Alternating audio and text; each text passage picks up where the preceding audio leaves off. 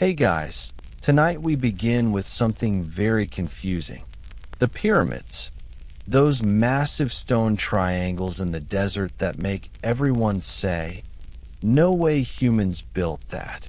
Which is honestly kind of rude to ancient Egypt. So, before you get comfortable, take a moment, like the video, and subscribe.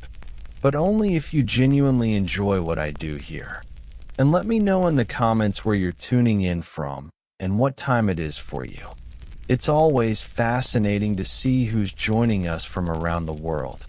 Of all the mysteries humanity has cooked up over the centuries, disappearing civilizations, ancient curses, where did I put my keys? Nothing has lingered in the public imagination quite like the pyramids. These colossal desert-dominating triangles of limestone have been sitting there for over 4,000 years, minding their own business. And yet, modern people still look at them and say, nope, humans didn't do that. Impossible. Bring me the aliens. It's a question that refuses to die because the pyramids themselves refuse to be subtle. They are unapologetically gigantic. They are mathematically precise. They are older than your entire family tree, your country, your language, and possibly your sense of fashion. They radiate the energy of something that should not be possible, like a cat obeying instructions or a grocery cart with all four wheels functioning. Stand at the base of the Great Pyramid and look up. Life at the Giza work camps. You have heard, perhaps, the simplified version of the story. The ancient Egyptians built the Great Pyramid using enslaved labor, forced to work under the burning sun, whipped and beaten, to raise stone blocks taller than imagination. It is an image shaped by medieval writers, Victorian scholars, and Hollywood dramatization. But when you walk quietly through the remains of the workers' village at Giza, a different story begins to unfold. A slower, quieter, less glamorous account, where the true force behind the pyramids was not slavery, but organization, routine, logistics, and the day-to-day resilience of thousands of ordinary laborers. These people were not anonymous slaves shackled in chains. Archaeology reveals carefully built communal housing, medical facilities, bakeries, breweries, and administrative offices. Their bones show signs of medical treatment, healed injuries, and diets rich in protein, indicating that they were valued workers, not disposable labor.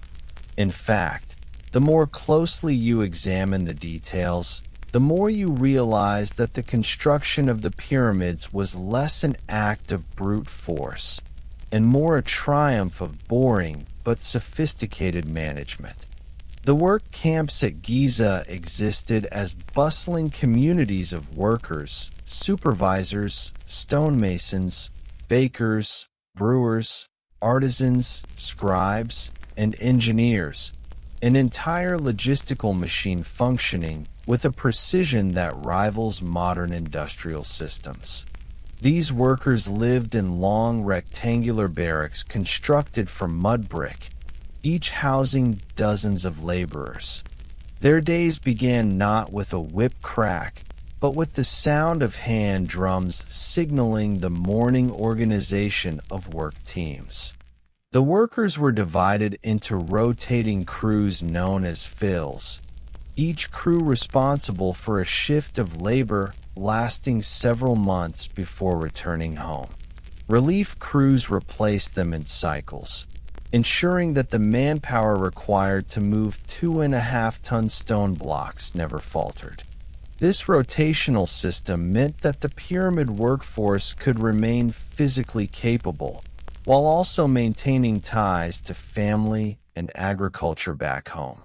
It was, in many ways, a national project, an act of service to the king that united provinces and communities. Names of worker gangs were proudly painted on blocks, bearing titles such as the Drunkards of Khufu or the Friends of Menkor, revealing humor, camaraderie, and identity. You can almost feel them standing in the sand, leaning on chisels, laughing among themselves as they signed their stone. These were men and women who believed their work mattered, for the pyramid was more than a tomb. It was a statement of divine order, a contract with eternity.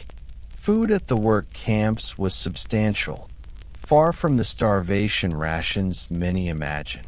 Archaeological records show a diet including bread made from emmer wheat, dried dates, onions, garlic, and large quantities of meat from cattle, goats, and sheep.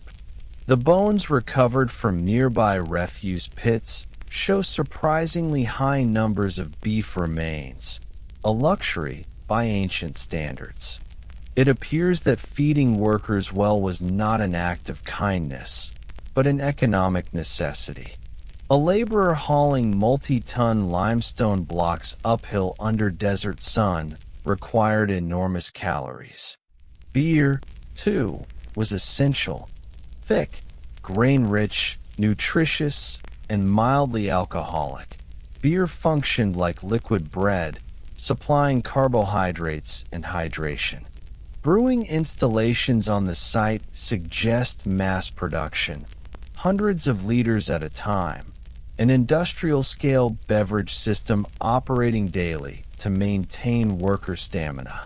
Inside the living quarters, mats woven from reeds lined the floors, pots of water cooled in clay vessels, and lamps burned animal fat for evening light.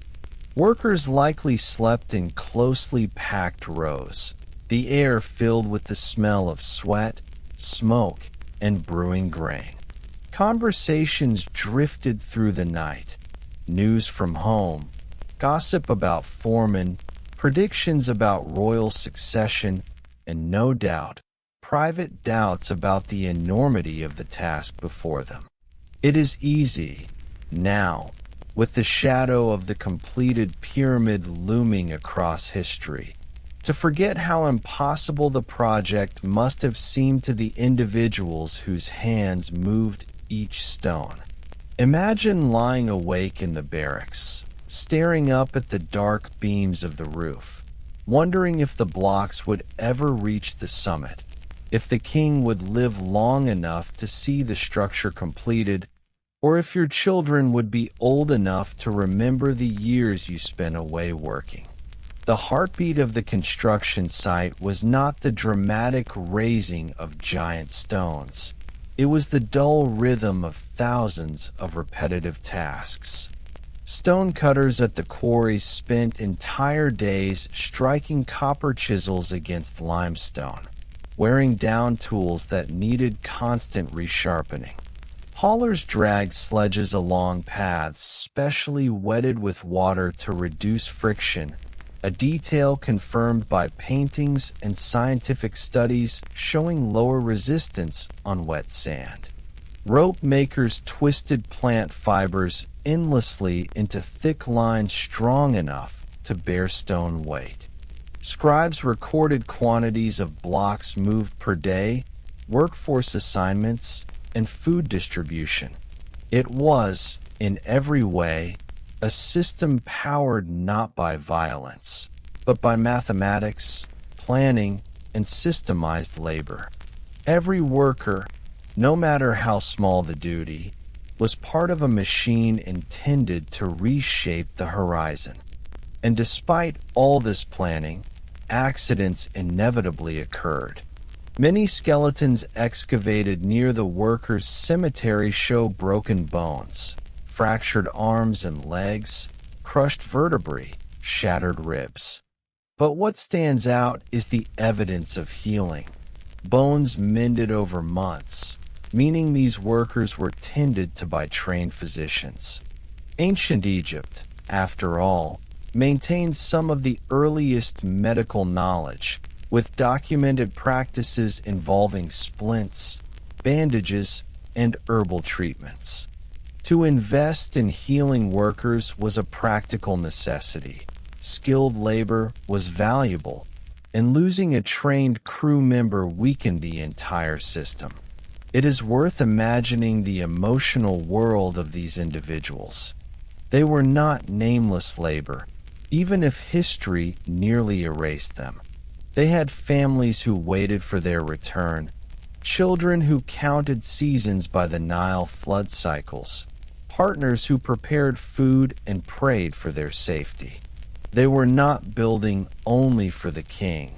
They were building for their own sense of participation in something eternal. The pyramid represented immortality. By contributing to it, perhaps they believed a part of themselves might also endure. And yet, in the quiet hours of the evening, after the shouting and labor of day had fallen silent, how many of them wondered whether the king's promise of eternity was worth the exhaustion in their bones? How many questioned whether the completion of the pyramid would truly secure their future, or merely stand as a monument to someone else's glory? These are questions without preserved answers, carried off by desert wind long ago. But the stones they lifted remain, as silent witnesses to human endurance and organization. Still, one must consider a larger question. If Egypt did not rely primarily on slave labor to build its pyramids, and if the workforce was supplied, fed, trained, and medically cared for, where did this massive logistical system truly begin? Who designed the system capable of coordinating tens of thousands of workers over decades? And what decisions lay behind the organization that turned a desert plateau into the world's most enduring construction site? The answer lies not on the sands of Giza, but in the royal bureaucracy along the Nile, where managers, scribes, and planners controlled the entire project from afar. The bureaucracy and engineering that made the impossible possible. To understand how the Great Pyramid could rise stone by stone into a geometric perfection unmatched for 4,000 years, you must step away now from the dusty worker camps, from the rhythmic percussion of chisels and stone sledges, and walk instead into the calm, shaded interior of an ancient Egyptian administrative hall. It is here, far from the noise and sweat, that the true force behind the pyramids becomes visible, not in muscle, but in ink and reed, in tallies, measurements, and methodical planning. For behind every stone placed on the plateau at Giza, there was a calculation, a record, a management plan carefully tracked on clay tablets and papyrus scrolls. The administration behind the pyramid works like a colossal nervous system, coordinating not only labor, but also agriculture, transportation, logistics, architecture, and political intention. At the center of this structure was the vizier, the highest official below the king. For the Great Pyramid under Khufu, that role was likely held by Himenu, a man whose name, carved into stone, remains associated with the earliest phases of the pyramid's design. He is believed to have been the chief architect, responsible not merely for artistic vision, but for organizing the thousands who would eventually shape that vision into stone reality. Imagine Himenu standing inside a quiet stone chamber, reviewing resource lists, shipment schedules, and architectural drawings, while dozens of scribes in linen kilts sit cross-legged on the floor around him, marking tallies with careful precision.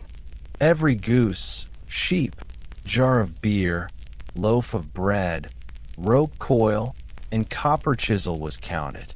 And everything counted had to be justified. Waste was not an option. Egypt did not casually pour resources into a royal project. It managed them with a discipline that rivals modern supply chain strategy. The scribes, known collectively as the SCSH, formed the intellectual backbone of the entire operation. They were trained from childhood to read and write hieratic script, a simplified form of hieroglyphics used for administration.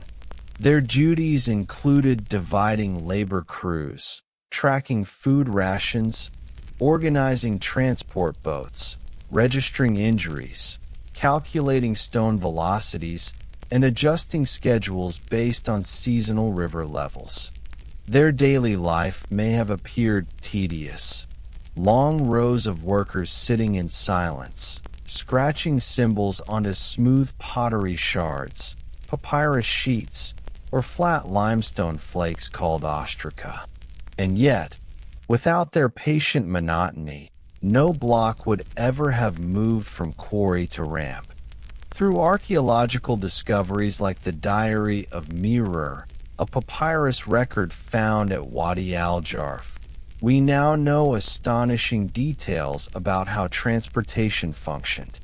This document, written by a middle-ranking overseer, outlines the daily routine of transporting limestone blocks from the quarry at Tura across the Nile to Giza. It describes how boats were loaded, how long the journey took, and how the stone was delivered. You can almost hear Mirror's quiet exhaustion as he writes. The structure of the text is methodical, repetitive, and entirely unromantic. There is no off of the monument being built, only schedules, crew movements, and deadlines. And yet, these records demonstrate the stunning efficiency of the system. Fleets of transport boats made continuous trips across the Nile, unloading stone at a harbor that once existed near the base of the plateau. From there, organized hauling teams moved the blocks along specially prepared roads that extended from the riverbank to the construction zone. It is possible that water channels were built deep into Giza itself, bringing stone nearly to the pyramid's side, an engineering decision based on reducing friction rather than heroic effort. Just picture it. Dozens of wooden barges quietly gliding along the river, guided by trained crews who knew every contour of the Nile's shifting current. The river itself was an indispensable partner in the construction process, for during the yearly flood, water levels rose high enough to carry heavy cargo with minimal resistance. This natural cycle transformed transportation into rhythm, timed not by human ambition, but by the earth's slow breathing. While the river brought the limestone casing blocks and much of the inner stone, the massive bulk of the Great Pyramid was composed of local limestone quarried directly adjacent to the plateau. These stones, often weighing several tons, were cut from the bedrock and hauled to position. The quarries were designed with foresight. The extraction pits eventually became part of the pyramid complex, functioning as construction trenches and structural supports. Nothing was wasted, not space, not stone, not time. Copper tools were critical, but copper was expensive and limited. Tools dulled quickly and required constant resharpening, meaning that blacksmiths and metalworkers labored continuously to maintain supplies. Their workshops, filled with the ringing of hammers on anvils, played an essential, if unglamorous, role. Without their work, stonecutters would have stood idle, unable to shape the blocks. Beside the metal workers, rope makers painstakingly twisted lengths of flax and palm fiber into thick cables strong enough to drag multi-ton stones. Rope production consumed staggering amounts of plant fiber and labor hours. Each rope wore down quickly when dragged across wooden sledges on rough ground, meaning replacements were constantly in demand. This constant cycle of wear and renewal reveals the everyday grind that maintained the project.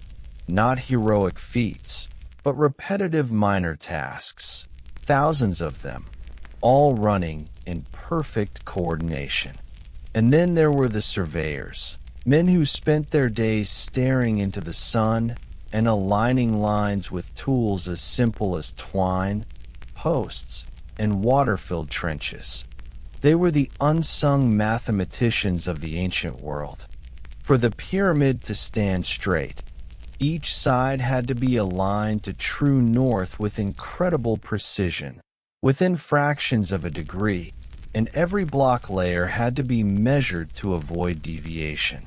Using sighting rods and consistent units of measurement, they achieved architectural alignment so precise that even modern tools struggle to match it.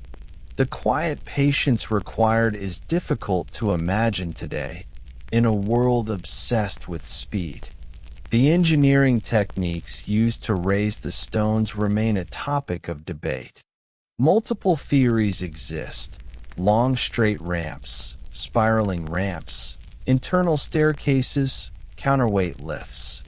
What is most important, however, is not which method was used, but that the problem was solved using practical, steady adjustments over decades. You can imagine builders adapting plans constantly, changing ramp shapes or angles when necessary, each decision recorded and evaluated. It is sometimes easy to overlook the emotional weight of such a long process. Consider the reality. Many workers who began clearing the foundation never lived to see even the halfway point of the pyramid's construction. Some of them likely stood at the base in admiration, imagining the final shimmering limestone surface, but never witnessing it themselves.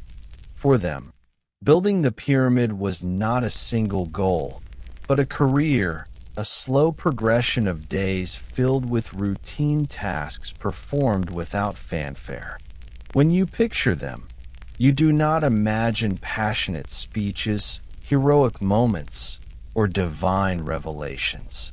Rather, you imagine men adjusting ropes repeatedly, hauling sledges inch by inch, sharpening chisels, reshaping ramps, arguing quietly over weight distribution, scribes counting supplies by lamplight, overseers rubbing sore backs at night, complaining about weather, or debating river levels.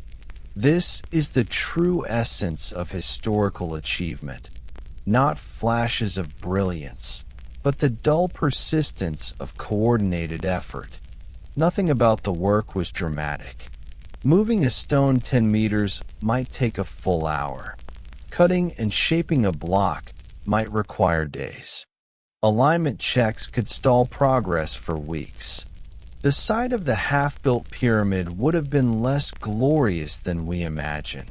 An immense, dusty construction site littered with wooden beams, broken stone chips, piles of rope, sledges, scaffolding frames, and men shouting signals over shifting terrain. One must consider the incredible psychological endurance required to build something knowing you will likely never see its completion, to work every day knowing that progress will not be measured in leaps, but in inches. And yet, they continued. What motivated them? Was it loyalty to the king? Was it religious conviction? Was it payment in food, land, and social status? Was it simply the routine of life, the slow momentum of an ongoing machine too large to stop? Most likely, it was all of these. Because when you strip away the mythology and romanticism, The pyramid stands as a monument not to mystery, but to the power of systematic organization and the resilience of ordinary people performing repetitive tasks with patience and endurance. And if organization built the pyramid, then the true genius behind the accomplishment lies in the people who designed the system rather than the stone itself. Their invisible work shaped history more profoundly than the limestone blocks piled carefully on the plateau. But even the most carefully managed labor force cannot operate without a compelling purpose. The workers and the officials who directed them believed the pyramid was essential to maintaining Ma'at, the ancient Egyptian concept of cosmic order. If the king's eternal life was not secured, the balance of the universe itself might falter. In their minds, they were upholding stability, protecting the future, and participating in a sacred duty that extended beyond personal ambition. Thus, the pyramid was not a monument to human tyranny, but to collective participation, an entire civilization weaving itself into stone. But with such scale and duration, one must ask, was the pyramid truly built smoothly and without conflict? Did every worker accept their place? Were there moments when the system strained under its own weight? What happened when supplies ran short, or when leadership changed, or when doubts grew impossible to ignore?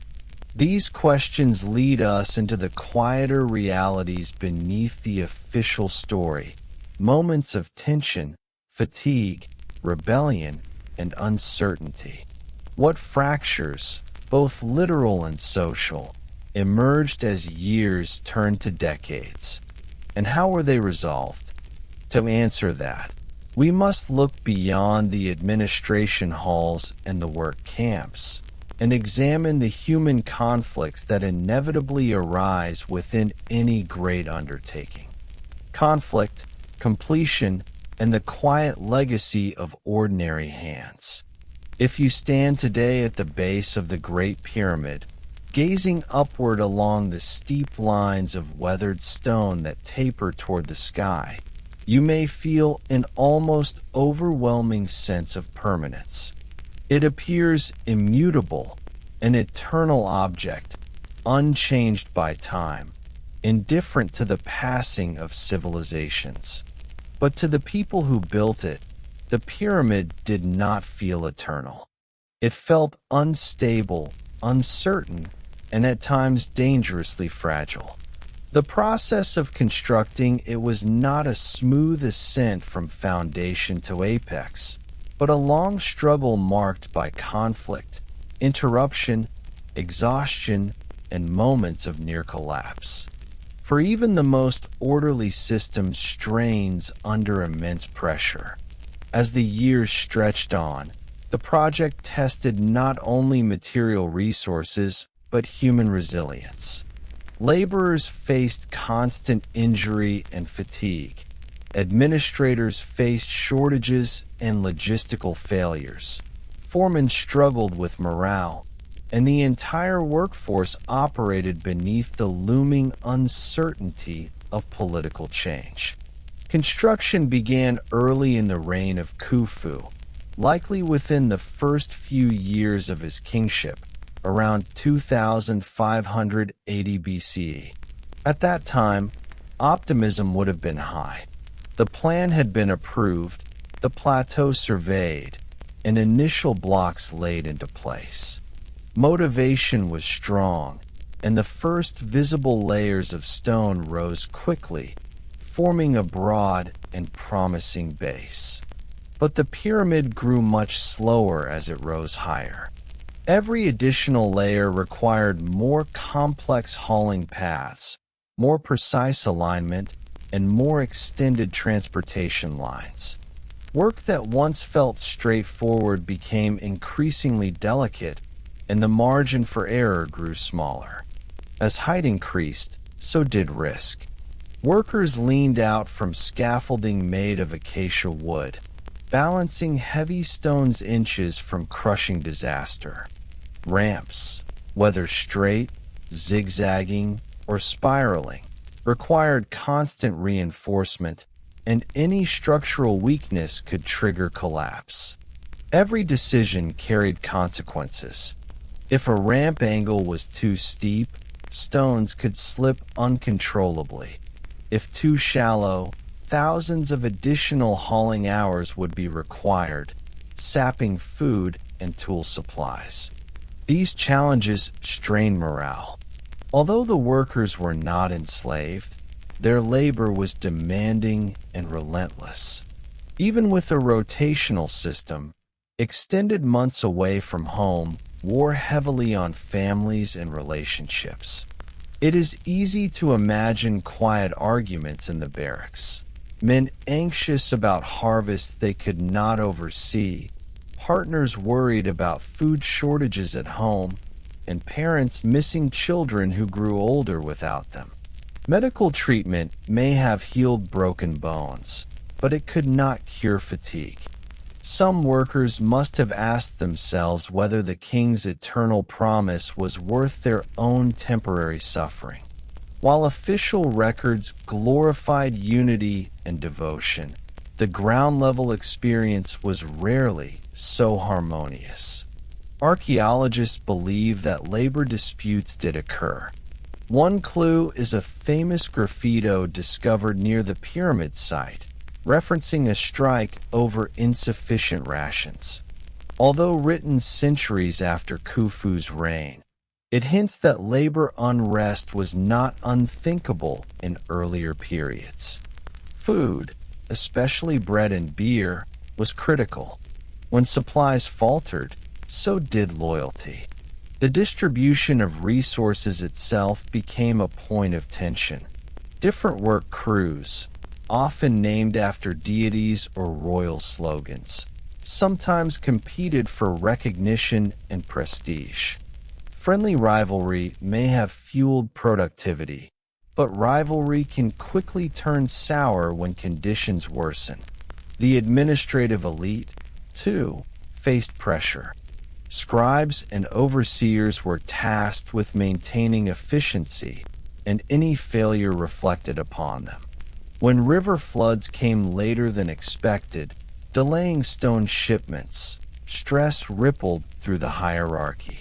The Nile's flood cycle played a crucial role in construction.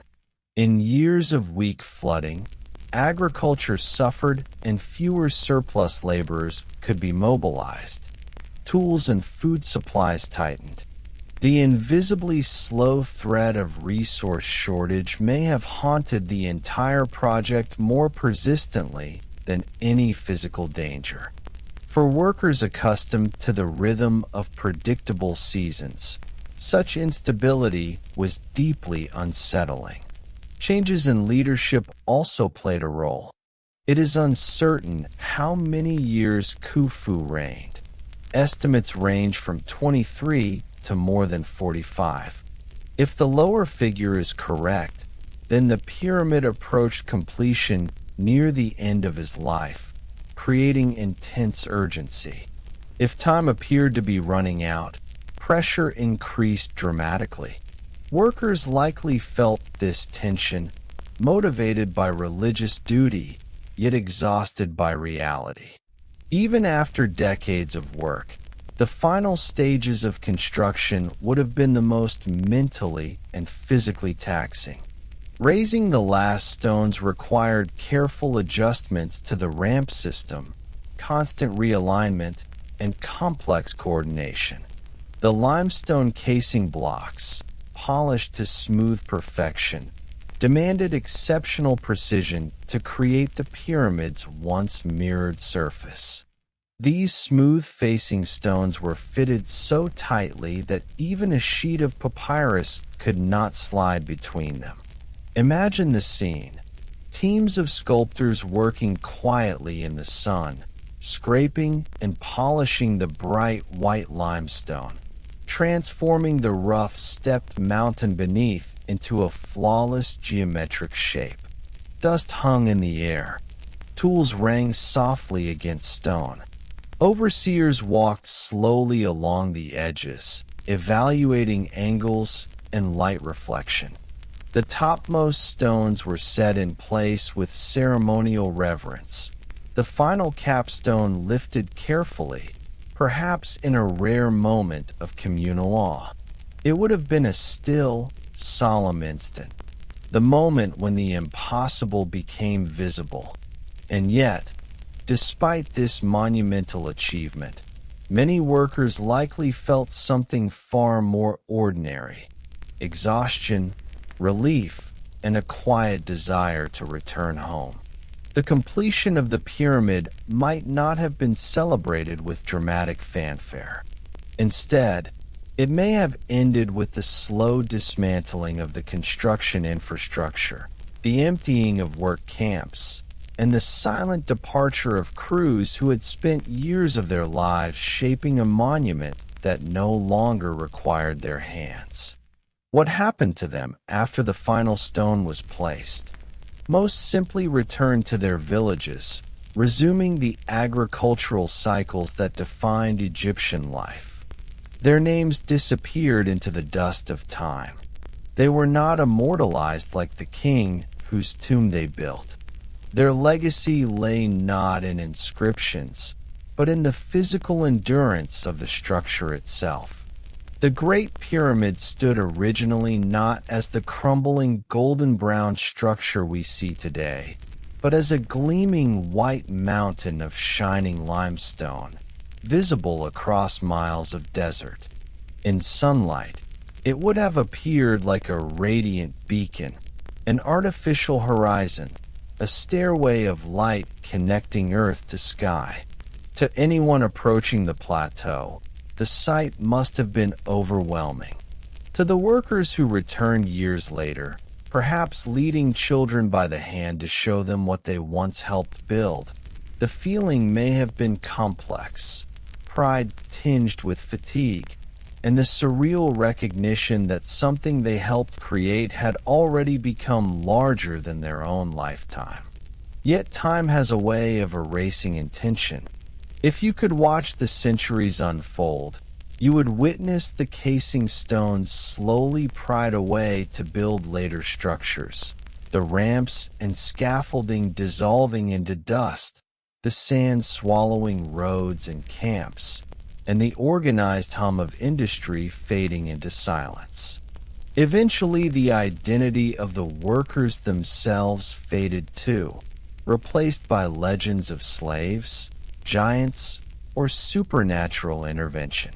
Their real story, ordinary labor, slow progress, calculated engineering, and collective participation, was forgotten. Only in recent decades have excavations unearthed the workers' cemetery, revealing skeletal remains that speak more honestly than mythology. Bones thickened by heavy labor, vertebrae compressed, fractures carefully set and healed. Tombs with simple offerings, bowls, beads, and jars of food, suggesting respect for their service. Their graves were located close to the pyramid, not cast aside, implying honor. These discoveries challenged the narrative forged by foreign historians who could not comprehend that something so grand could be built by ordinary people working voluntarily through a system of coordinated efficiency rather than forced servitude. In many ways, this truth is more astonishing than any myth. The pyramid is not a miracle. It is not the work of supernatural beings or long-lost technologies. It is the result of countless hours of repetitive human effort, guided by organization and the quiet perseverance that defines civilization. And that realization invites reflection. When you stand before the pyramid, feeling its immense presence, you are not witnessing a monument to a king alone. You are witnessing a monument to work itself, to the anonymous hands that carved stone, mixed mortar, brewed beer, stitched rope, recorded tallies, and refused to surrender to the scale of the task. History often celebrates warriors, kings, and extraordinary heroes. But the pyramid endures as a testament to something even more fundamental: the cumulative power of ordinary people doing ordinary tasks with extraordinary consistency. And so, despite all their labor, all their suffering, all their organization, one lingering question remains. After such a tremendous investment of national effort, what did the people of Egypt truly gain? Was the pyramid a unifying achievement, or a burden that strained society for generations? Did it strengthen Egypt, or did it plant the seeds of future decline? To answer that question, we must step beyond the stones and examine the aftermath. What happened after the last crew left the plateau, after Khufu was entombed, and after the gleaming structure became not a work site, but a silent monument watching over the desert. The consequences may be less glamorous than the construction itself, but they reveal the deeper impact of the pyramid on Egyptian society, socially, politically, economically, and spiritually. Aftermath, legacy, and the quiet echo across time. When the final stone was set in place and the last tools were gathered from the plateau, the construction site at Giza transformed almost overnight. What had been a bustling world of hammering copper, grinding stone, shouting overseers, dusty roads, and tens of thousands of laborers now became a silent monument presiding over an empty desert. The workers' camps began to dissolve, not through dramatic collapse, but through slow abandonment. Straw mats were rolled and taken home. Barracks grew quiet. Tools were returned to storehouses. The daily drum rhythms that once signaled the start of labor faded, replaced by wind sweeping through unfinished stone. Khufu's pyramid, once a living project, became something else entirely, a completed vessel waiting for its eternal cargo. Inside the newly sealed structure, the king's sarcophagus was placed with solemn ceremony. Priests intoned prayers to guide the soul through the afterlife. Offerings of food, wine, furniture, clothing, and sacred items were arranged with careful symmetry. The internal corridors, polished and precise, echoed with whispered chants. The massive granite blocks that sealed the burial chamber were lowered with deliberate finality, and the entrance passages were plugged with stone to protect the king's journey beyond death. Outside, the workforce dispersed. Some would have returned to farming, resuming the crop cycles that sustained Egypt. Others likely continued on to new projects, temples, roads, irrigation canals. The specialized stonemasons and engineers may have moved on to build the next pyramid, for Khufu's successors sought to continue the tradition. And yet, even as the workers stepped away, the pyramid remained rooted in their lives. It stood as a permanent reminder of years spent in its shadow, an object they could always point to and say, "I helped build that." But as centuries rolled forward, the memory of their individual names dissolved.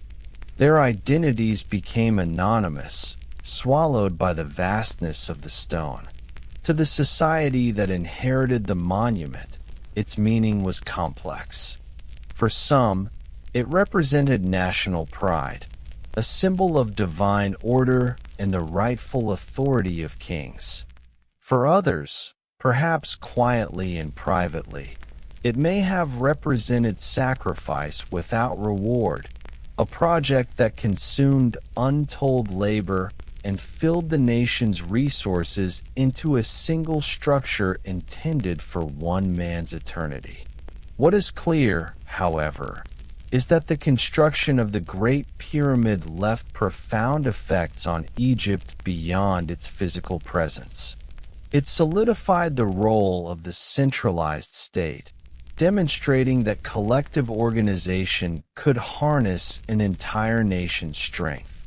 It reinforced the idea that pharaohs were not merely rulers, but divine intermediaries between earth and heaven.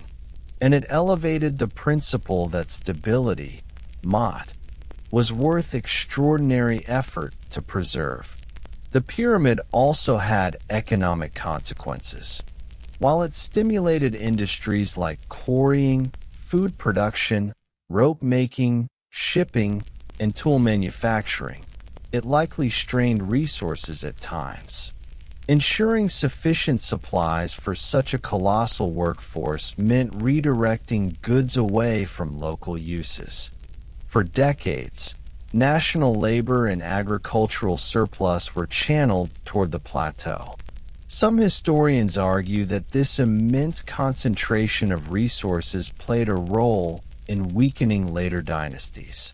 After Khufu's reign, the pyramids built by his successors, Khafre and Menkaure, were significantly smaller.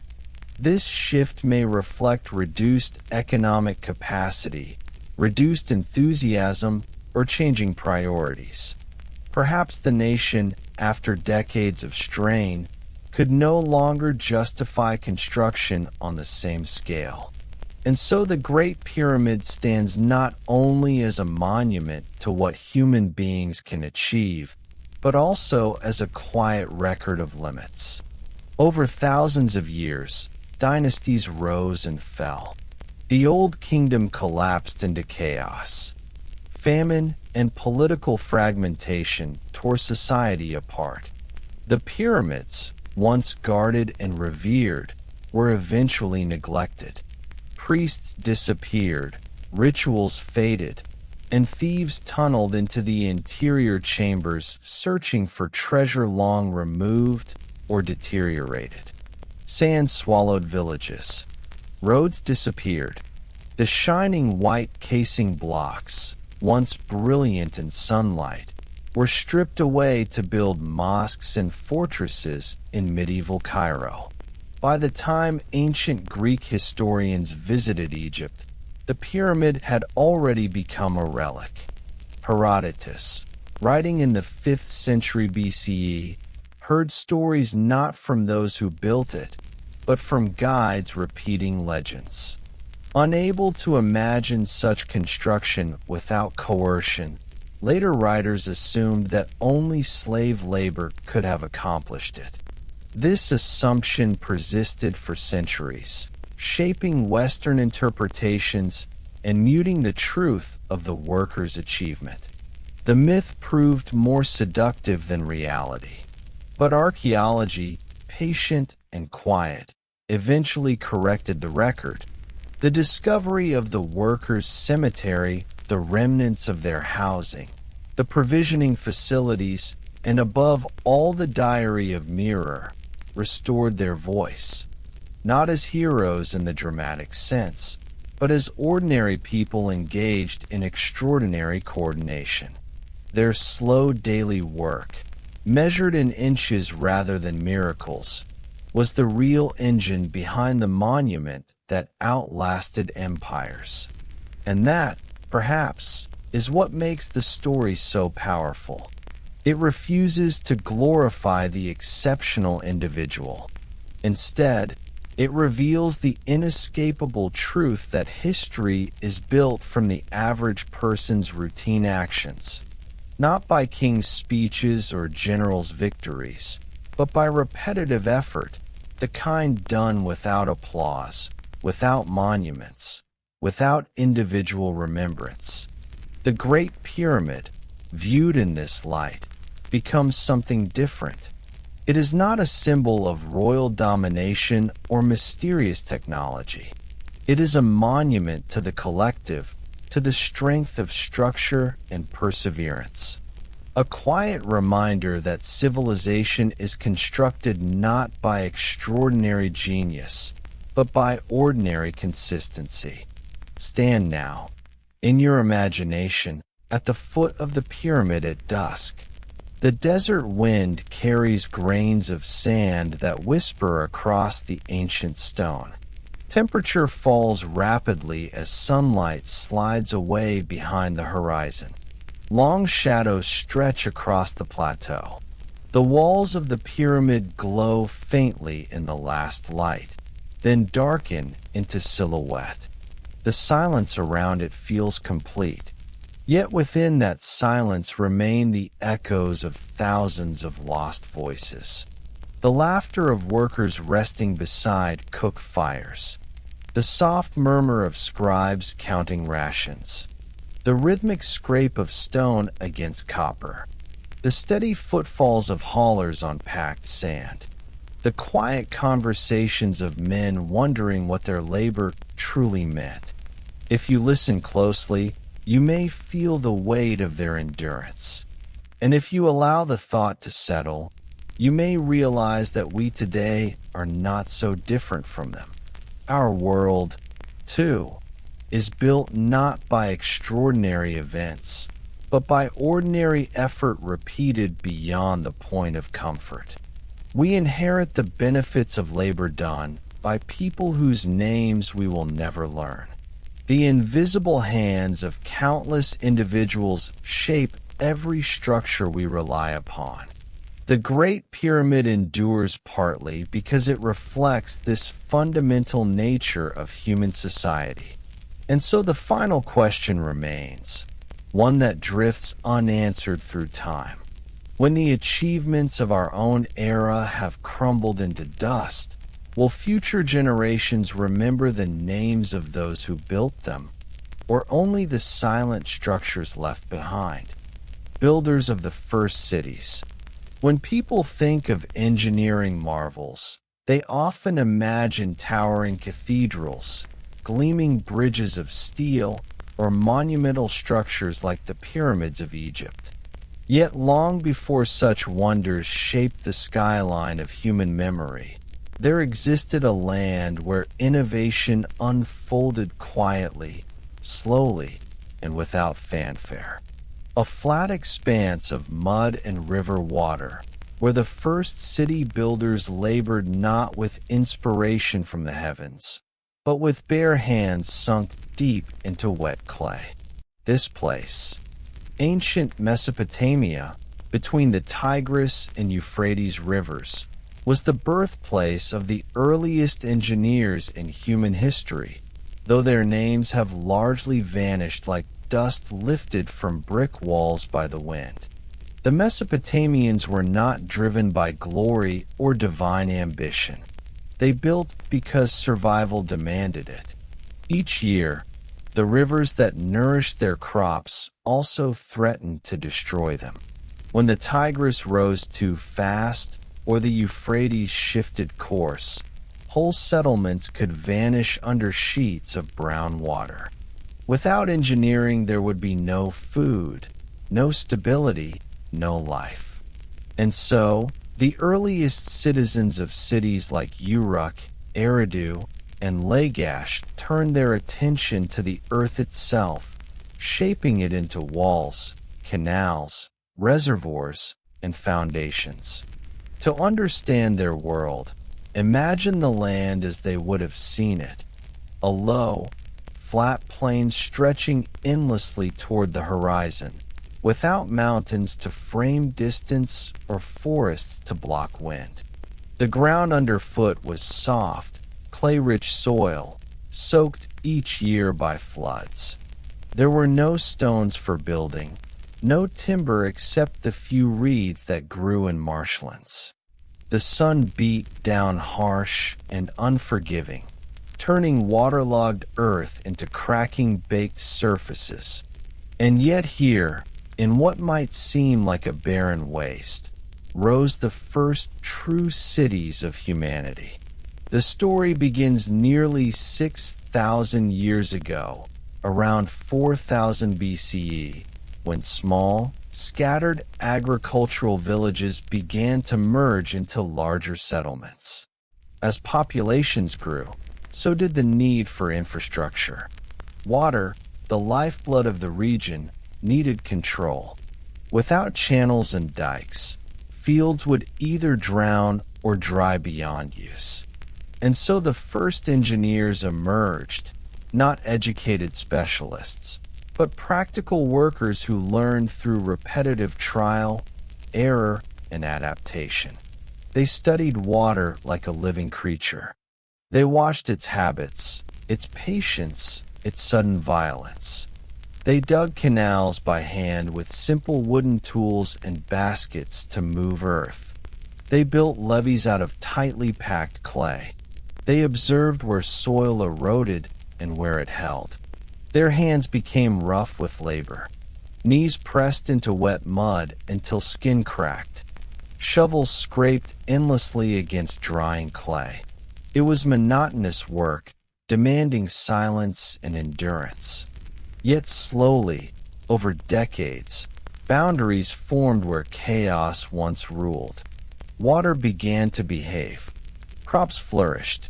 Without these contributions, there would have been no food surplus, and without surplus food, no cities. But irrigation infrastructure was only the first step. As settlements expanded along canal banks, the need for shared organization grew. Leaders emerged, called insi or lugul, who coordinated labor teams much as foremen would millennia later. Entire communities were mobilized to dig new water channels or reinforce failing embankments. The scale of collaboration required was unprecedented. People who once worked only for their families now labored together for the survival of all. The earliest engineers of Mesopotamia worked not with drawings, but with memory. They walked land and measured space by pacing distances, marking boundaries with reed sticks pressed into mud. They watched the movement of the stars to predict when floods would arrive. They kept mental records of failures and improvements passed down through generations. None of this knowledge was written at first. It lived in hands and habits. But as the decades progressed and projects expanded beyond the ability of any one group to remember, writing emerged, not as poetry or myth, but as record-keeping. The earliest clay tablets discovered in ancient city ruins are not heroic epics, but accounting documents, grain shipments, labor assignments, livestock inventories, canal maintenance logs. The first writers, scribes, were not storytellers. They were administrators of engineering. They recorded the number of workers needed to dredge a canal, the amount of barley owed as payment, the schedule for water release into fields. Their script was not elegant. It was functional, wedge-shaped impressions pressed into soft clay. Yet those marks became the foundation of all later writing. The desire to maintain irrigation systems created the world's first bureaucracy and the world's earliest form of literacy. And as writing grew, so too did complexity. Canals branched like veins across the landscape. Water gates were built using wooden beams lashed with rope. Reservoir systems emerged to store excess water. In emergencies, teams were mobilized to repair breaches before fields were lost. The engineers learned to anticipate disaster. They positioned storage basins to relieve flooding pressure. They constructed levees in staggered layers to prevent failure. They watched the curves of canals, adjusting angles to maintain steady flow. Their calculations were slow, done through observation rather than formula. A mistake could cost an entire harvest. Failure was visible immediately. Crops wilted, people starved, settlements abandoned. Success was equally clear. Food abundance allowed for specialization, trade, and the division of labor. Surplus grain was stored in central warehouses, guarded carefully, then traded for goods such as timber or stone brought from distant lands. Trade routes extended for hundreds of miles along rivers and out to coastal regions where boats carried goods through the Persian Gulf. These quiet engineers, whose names we do not know, were responsible for shaping the world's first urban societies. Without paved roads or heavy machinery, they built enormous structures using only mud brick, blocks shaped from clay mixed with straw, pressed into molds, and left to harden in the sun. These bricks formed temples, storage buildings, administrative offices, and later city walls. The most impressive of their creations were ziggurats, stepped platforms rising above the flat city, constructed layer by layer over years, sometimes generations. To the modern eye, these structures appear monumental, but to the workers who built them, they were another project like the canals, slow, incremental, repetitive. Craftsmen carried mud from rivers in woven baskets, climbing ramps to deposit it where masons shaped walls. Thousands of such journeys were required to build a single level. Work was quiet. The air smelled of wet clay and drying earth. Heat shimmered above the structure, blurring the outlines of distant desert. Each day, the sun rose on the same task. The ziggurat did not grow through leaps of brilliance, but through countless ordinary movements. A basket lifted, a block placed, a tool shaped, a path walked. These actions repeated until a structure stood where nothing had existed before, a raised platform intended not to glorify kings, but to honor the gods who were believed to control the unpredictable waters of life. It is easy now to overlook the significance of these early achievements. Their tools were primitive, their structures simple, their names forgotten. And yet, the foundations they built, both literal and conceptual, shaped everything that followed. Without irrigation, there would be no surplus food. Without surplus food, no cities. Without cities, no writing. Without writing, no recorded history. The first engineers did not merely build canals. They built civilization. Yet this quiet triumph raises an uncomfortable question. If these early engineers enabled the rise of great cities, why did history forget them so thoroughly? Why did later generations celebrate kings and conquerors rather than those who made society possible? Why do we remember the rulers of Mesopotamia, Sargon, Hammurabi, Nabonidus, but not the anonymous laborers who shaped the canals, laid the bricks, and carved the first tools? The answer, perhaps, lies not in their lack of impact, but in the humble nature of their work.